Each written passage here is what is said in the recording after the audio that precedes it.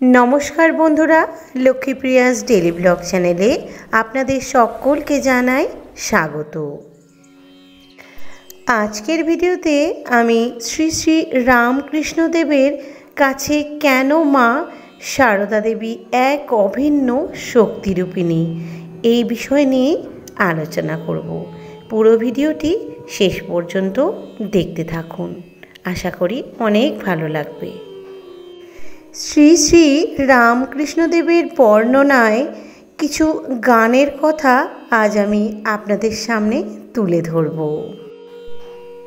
এসেছে নতুন মানুষ দেখবি যদি আয় চলে, ও তার বিবেক বৈরাগ্য ঝুলি, বিবেক বৈরাগ্য ঝুলি দুই কাঁধে সদাই ঝুলে। এসেছে নতুন মানুষ দেখবি যদি আয় চলে। সত্যি এই গানটির মধ্য দিয়ে আমরা এক নতুন মানুষ নরদেব শ্রী ঠাকুর রামকৃষ্ণ দেবকে খুঁজে পেয়েছি। অথচ এবার তার ঐশ্বর্যবিহীন লীলা, তার শক্তিরূপিণী মা শারদাও লজ্জাপটাবৃতা অবগুণ্ঠিতা। শ্রীরামকৃষ্ণ যেন এসেছিলেন ছদ্মবেশে রাজার মতন, আর মা শারদাও স্বরূপ ঢেকে জগৎকে ঠাকুরই চিনিয়ে দিচ্ছেন প্রথম শারদা দেবীকে। বলছেন ও শারদা সরস্বতী জ্ঞান দিতে এসেছে, রূপ থাকলে পাছে অশুদ্ধ মনে দেখে লোকের অকল্যাণ হয়, তাই এবার রূপ ঢেকে এসেছে। আবার বলছেন ও জ্ঞানদায়িনী মহা বুদ্ধিমতী, ও কি যে সে ও আমার একমাত্র শক্তি। শ্রী শ্রী ঠাকুর রামকৃষ্ণদেবের কাছে মা শারদা দেবী শক্তিরূপিণী এক সত্তা। এই শক্তি কথাটির অর্থই আজ আমি আপনাদের সঙ্গে আলোচনা করব। ও আমার শক্তি বলেছিলেন ঠাকুর, কথাটি ঠাকুর বিশেষ অর্থে কিন্তু ব্যবহার করেছেন এখানে। শক্তি অর্থে বিবাহিত পত্নী শুধু নয়, তিনি ব্রহ্ম ও শক্তির কথা এখানে ইঙ্গিত করেছেন। শ্রী রামকৃষ্ণ স্বয়ং ভগবান, মা শারদা আদ্যাশক্তি ভগবতী, যিনি যুগে যুগে অবতার সঙ্গিনী রূপে তার সঙ্গে বর্তমান ছিলেন।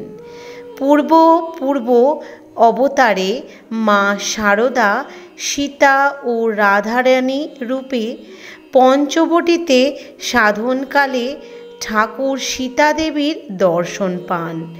তার হাতে ডায়মন্ড কাটা বালা দেখেছিলেন। পরে মা শারদা দেবীর জন্য ওই রূপ বালা তৈরি করে দিয়েছিলেন।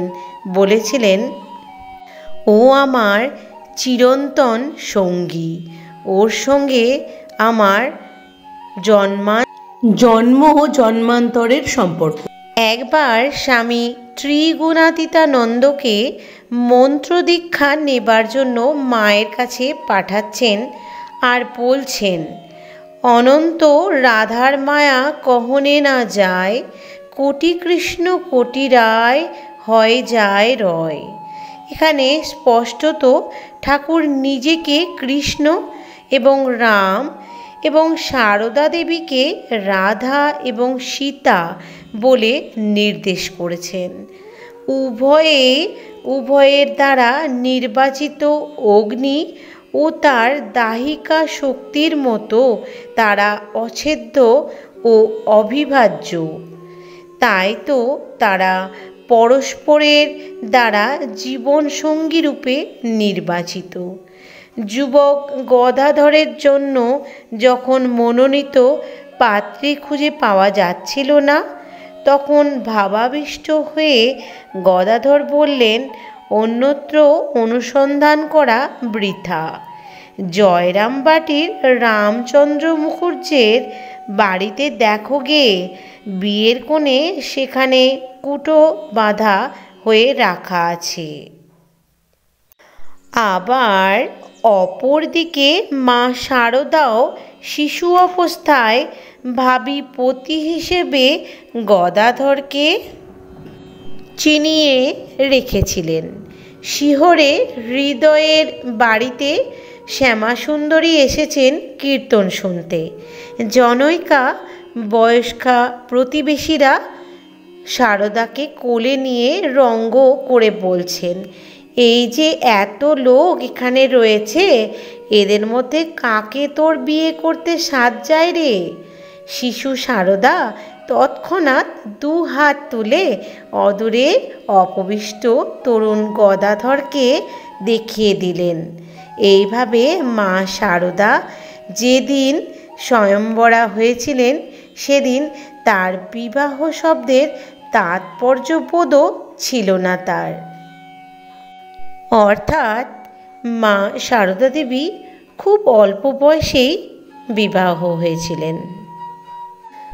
উভয়কে ভালোভাবেই জানতেন। মা শারদা তখন 14 বছরের কিশোরী। স্বামী গদাধর এসেছেন কামারপুকুরে। অনেক রাত পর্যন্ত কত ঈশ্বরীয় প্রসঙ্গ করছেন। কামারপুকুরে বসেছে আনন্দ মেলা। শারদা দেবী শুনতে শুনতে ঘুমিয়ে পড়েছেন। তা দেখে মেয়েরা তাকে তুলতে যাচ্ছে, বলছে, এমন কথাগুলি শুনলে না ঘুমিয়ে পড়ল? গদাধর বারণ করে বলছেন, না গো না, ওকে তুলো না, ও কি সাদে ঘুমোচ্ছে? এসব কথা শুনলে ও এখানে থাকবে না চোচা দৌড় মারবে। অর্থাৎ নিজের স্বরূপ তত্ত্ব শুনলে মা শারদা আত্মরূপে লীন হয়ে যাবেন। কারণ ঠাকুরই জানতেন জগদীশ্বরী স্বয়ং মানবী হয়ে তার লীলা সঙ্গিনী হয়ে এসেছেন। জাগতিক সম্বন্ধে তিনি তার বিবাহিত পত্নী, কিন্তু এটা তো আসল পরিচয় নয়। একবার দক্ষিণেশ্বর মা শারদা স্বামী রামকৃষ্ণদেবের পাদসংবাহন করছেন। শ্রীমা জিজ্ঞেস করলেন, আমাকে তোমার কি বলে মনে হয়? ঠাকুর জবাব দিলেন যে মা মন্দিরে আছেন, তিনি এ শরীরে জন্ম দিয়েছেন, ও এখন নহবতে বাস করছেন, আর তিনি এখন আমার পদসেবা করছেন। শারদা দেবীকেও একদিন ঠাকুর প্রশ্ন করেছিলেন, আমি তোমার কে? সহজ কণ্ঠে শ্রী রামকৃষ্ণ বলেছিলেন, তুমি আমার মা আনন্দময়ী। স্বামী শিবানন্দকেও একদিন ঠাকুর বলেছেন, ওই যে মন্দিরে মা অর্থাৎ ভবতারিণী রয়েছেন, আর এই নহবতের মা শারদা দেবী অভেদ। সুতরাং তারা দুজনেই দুজনকে চিনতেন। ঠাকুর নিজেই বলেছেন যে তার মনে হতো তাঁর যেন দুজনেই মার সখী। দীর্ঘ 8 মাস কাল শ্রী রামকৃষ্ণ শারদা দেবীকে কাছে রেখেও তার মধ্যে বিন্দুমাত্র দেহবুদ্ধির প্রকাশ দেখতে পাননি। পরবর্তীকালে এই পবিত্রতা স্বরূপিণীর মহিমার পরিচয় দিতে গিয়ে বলতেন, ও শ্রীমা, যদি এত ভালো না হতো আত্মহারা হয়ে তখন আমাকে আক্রমণ করত, তাহলে সংযমের বাঁধ ভেঙে দেহবুদ্ধির আসত হয়ে কিনা কে বলতে পারে। স্বামীজি ঠাকুরকে বলছেন, ত্যাগীশ্বর, যার কাম কাঞ্চন ত্যাগের কথা প্রবাদে পরিণত হয়েছে, সেই ঠাকুরের এই উক্তি কতখানি তাৎপর্যমণ্ডিত তা ব্যাখ্যারও প্রয়োজন নেই।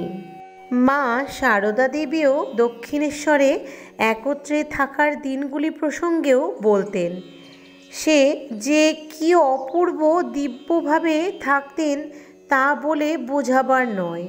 কখন ভাবের ঘোরে কত কি কথা, কখন হাসি, কখন কান্না, কখন একেবারে সমাধিতে স্থির হয়ে যাওয়া, এই রকম সমস্ত রাত। সে কি এক আবির্ভাব আবেশ দেখে ভয়ে আমার সর্বশরীর কাঁপত, আর ভাবতুম কখন রাতটা পোহাবে। ভাব সমাধির কথা তখন তো কিছু বুঝি না। একদিন তার আর সমাধি ভাঙে না দেখে ভয়ে কেঁদে কেটে হৃদয়কে ডেকে পাঠালুম। সে এসে কানে নাম শোনাতে শোনাতে তবে কতক্ষণ পরে তার চৈতন্য এলো। অর্থাৎ শ্রী শ্রী রামকৃষ্ণ ঠাকুর যখন সমাধিস্থ হতেন তখন তিনি বিলীন হয়ে যেতেন সেই সমাধির মধ্যে, এবং এমনও হতো যে তিনি অচৈতন্য হয়ে যেতেন। আর তাই দেখে মা সারদা দেবী খুব ঘাবড়ে যেতেন এবং অবশেষে কোনো উপায় না পেয়ে সে তার হৃদয়কে ডেকে পাঠাতেন এবং হৃদয় এসে তার কানে নাম গান শোনাতে শোনাতে চৈতন্য ফেরাতেন শ্রী শ্রী ঠাকুরের।